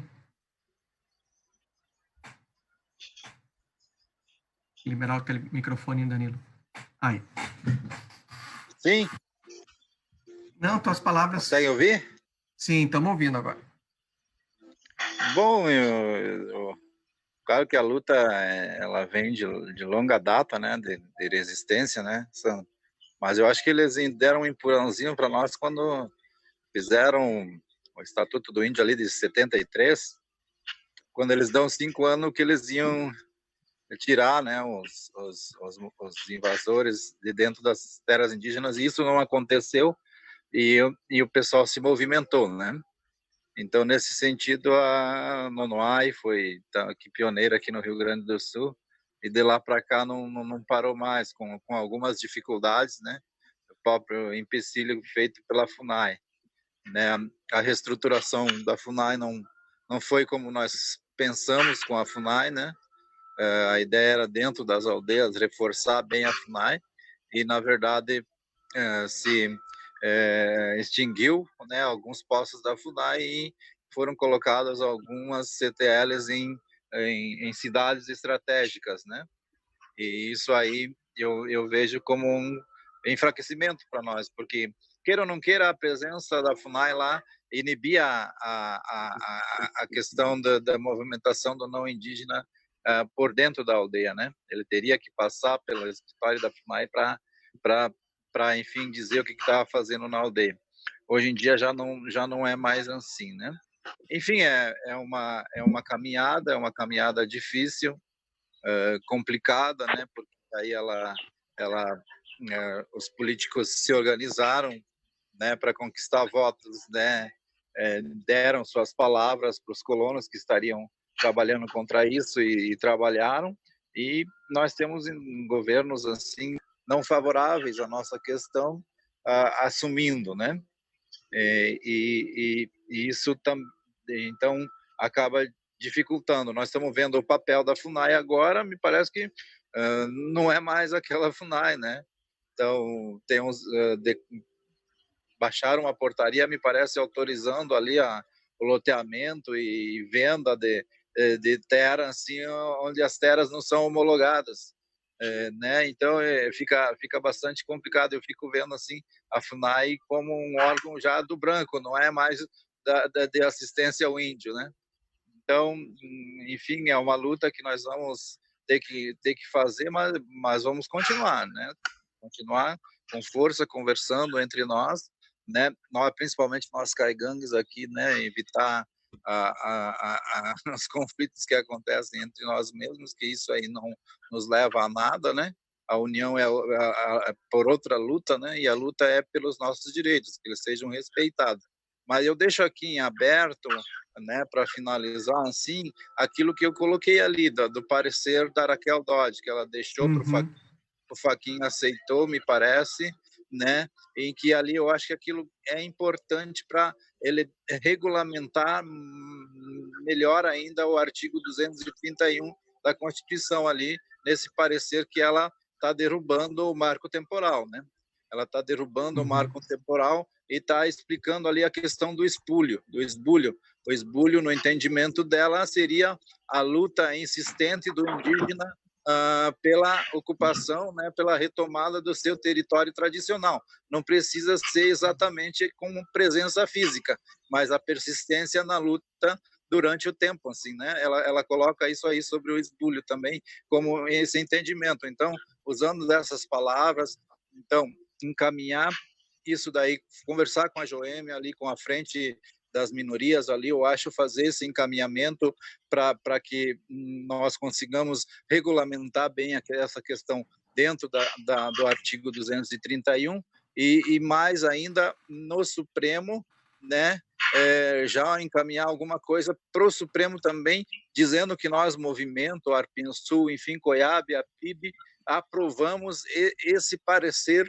da Procuradoria-Geral da República, né, através da procuradora Raquel Jorge, que já não está mais ali, né, mas deixou esse parecer, e encaminhamos para o Fachin, ali para o Supremo, essa carta aprovando esse parecer que derruba com essa questão do marco temporal de vez, né? E persistimos na luta. Eu costumo me despedir assim, ó, a resistência, né, a luta nunca vai parar em nós, né? Tá no sangue, é nosso destino. Tá certo. Tá no sangue. Toda essa questão que tu tá colocando, Danilo, tá dentro da repercussão geral que foi colocada a partir do caso do Choclen, né? Tudo ali tá incluído nessa dinâmica que tu tá trazendo agora, né? Com participação, inclusive, das organizações indígenas e de comunidades indígenas também no processo. Cretan, quer trazer as tuas palavras? Não, eu quero só me desculpar, né, que infelizmente não deu certo aí pra gente poder participar desde o começo. Eu tentei por várias vezes, não consegui, né, mas o importante é que no final a gente conseguiu conversar um pouquinho, já pensar alguma coisa já para os nossos próximos passos. Sobre a normativa da FUNAI, eu sempre digo que esse governo ele tem ignorância, ele é ignorante e é burro também, né? E usa muito dessa ignorância dele, da burrice dele com maldade, né? Que é a questão aí da normativa da FUNAI. Mas nós vamos derrubar isso aí, porque é inconstitucional, acho que o Sandro mesmo já deve ter falado aí no meio do caminho, é inconstitucional e nós vamos derrubar. É uma missão nossa como a PIB, né, todo o corpo jurídico nosso da PIB, também das organizações, acho que do Comim, do CIM, acho que todo mundo aí estamos de mãos dadas aí nessa ação para derrubar aí a normativa, que é inconstitucional e com certeza nós vamos derrubar mesmo. E então isso que fica aí para vocês aí, que é preocupante para nós. E queria também deixar aqui sobre o acampamento Terra Livre, né? Este ano a gente fazia ele online, não tivemos essa oportunidade de estar presentes, né? Devido à questão da pandemia, né? Que é o risco que hoje nossas comunidades estão correndo aí, né? E que a gente pede que todo mundo aí, né? Fique em casa, fique na aldeia, né? Vamos, tudo que tiver no nosso alcance aí, que a gente puder apoiar como organização jurídica, como organização de documento de ação, a PIB vai estar fazendo. Nós vamos estar correndo atrás disso. E o acampamento Terra Livre, nós do Sul aí temos que se orgulhar muito, né? Porque foi nós que criamos, né? Foi nós, os Pengantes, os Guarani, os Chocranhas, é sempre nós. O acampamento Terra Livre, em 2004, quando ele foi criado, né, por nós, para nossa região aí, o foco sempre foi a terra. O principal do acampamento Terra Livre era a terra, porque quem chama de acampamento é nós da região sul. O nome lá foi nós que temos, acampamento. Então é um marco nosso como movimento nacional, que hoje o acampamento Terra Livre não é mais nacional, é um acampamento internacional, né? Já teve a primeira marcha de mulheres, né? Que veio oriunda desse movimento maior que é o acampamento Terra Livre. Então eu acho que o Sul, tenho certeza que a nossa região é uma potência de força pela resistência, pela construção das políticas e por mostrar para o Estado brasileiro que a nossa resistência a gente cria com estratégias e com táticas de luta mesmo. O acampamento Terra Livre foi hoje a maior assembleia que o Sul contribuiu para essa criação. Para que hoje, mundialmente, a gente possa... Estamos fazendo online porque é uma pandemia, mas um dia foi um grupo que embaixo de uma lona que desafiou o Estado de se acampar em frente à esplanada dos ministérios, né, tomar banho ali da água que sai para molhar a grama ali da esplanada dos ministérios, fazer as necessidades ali no ralo, em frente ao Ministério da Justiça, né? Então, passando dificuldade, passando fome. Então, nós somos um marco. A gente tem que se orgulhar muito de ser sulista, de ser Cangangue, ser Guarani, ser Chopin, ser Charrua, né? Ser Chetá. Nós temos que ter esse orgulho, porque a gente contribui muito. E, inclusive, em plena ditadura militar, foi onde que a gente deu início à luta pelas nossas terras. Para mostrar que governo, políticas, nada vai passar por cima de nós. A gente vai achar a melhor estratégia e vai enfrentar esse Estado e nós vamos garantir o direito do nosso povo, que é o direito à terra. Porque qualquer política que tiver que acontecer, primeiro tem que ser a garantia da nossa terra. Porque a partir daí você constrói as outras políticas. E agradecer a cada um de vocês, agradecer o Sandro aí, a Jéssica, agradecer o Cacique, o Danilo, e o nosso assessor de comunicação aí. Valeu, um abraço para vocês aí e até a próxima. Obrigado, até a Valeu, próxima. obrigado, Cretan. Eu só queria fazer a minha colocação final dizendo que motivos para persistir na luta nós temos, né? Tem a instrução normativa que está aí na pauta, tem o parecer da AGU que está na pauta, tem a questão da repercussão geral no STF, que são pautas que estão colocadas aí dentro desse espaço todo que engloba essa dinâmica das retomadas. Você quer entrar né? no... Beleza, valeu, Cretan. Que engloba engloba todo esse processo das retomadas, né, que é do direito e acesso e garantia ao direito tradicional da terra e também do usufruto dela. Da nossa parte também, obrigado pelo convite para fazer a mediação, foi muito bom, né? E deixo aí com o Iago, então, para fazer o encerramento aí do evento. Eu agradeço a presença de todos, também eu agradeço a oportunidade de estar aqui assessorando na questão da comunicação. Eu tive em 2018 lá no Oeste, em Guaíra e em Diamante do Oeste, acompanhando lá uma equipe que estava produzindo um documentário. Eu fiz algumas gravações, até gravei com o Wilson, que eu só conheci ele como Sabiá, na verdade, né? E aí eu fiquei até surpreso na hora que eu vi ele e me emocionei, porque eu lembrei de tudo que eu vivi lá e eu fiquei muito triste também de saber de toda essa situação conflituosa que existe lá, quando eu fui para lá, sabe? E é uma parte da luta que acho que todos os parentes deviam conhecer, sabe? Presencialmente, porque até então eu nunca tinha ouvido falar sobre o conflito no Oeste. E quando eu fui para lá, ver a realidade dos Avás Guaranis foi muito importante para mim enquanto indígena, sabe? Para eu me reafirmar enquanto indígena e me fortalecer. Porque eu tava no momento que eu tava desanimado de tudo. E aí isso fez com que eu me fortalecesse e me engajasse nessa luta. Tanto que eu me formei e tô aqui tentando ajudar, dando um retorno não só para minha comunidade, mas para todas as comunidades que eu puder. E aí agradeço a presença de vocês e até mais. Seguimos juntos, gente.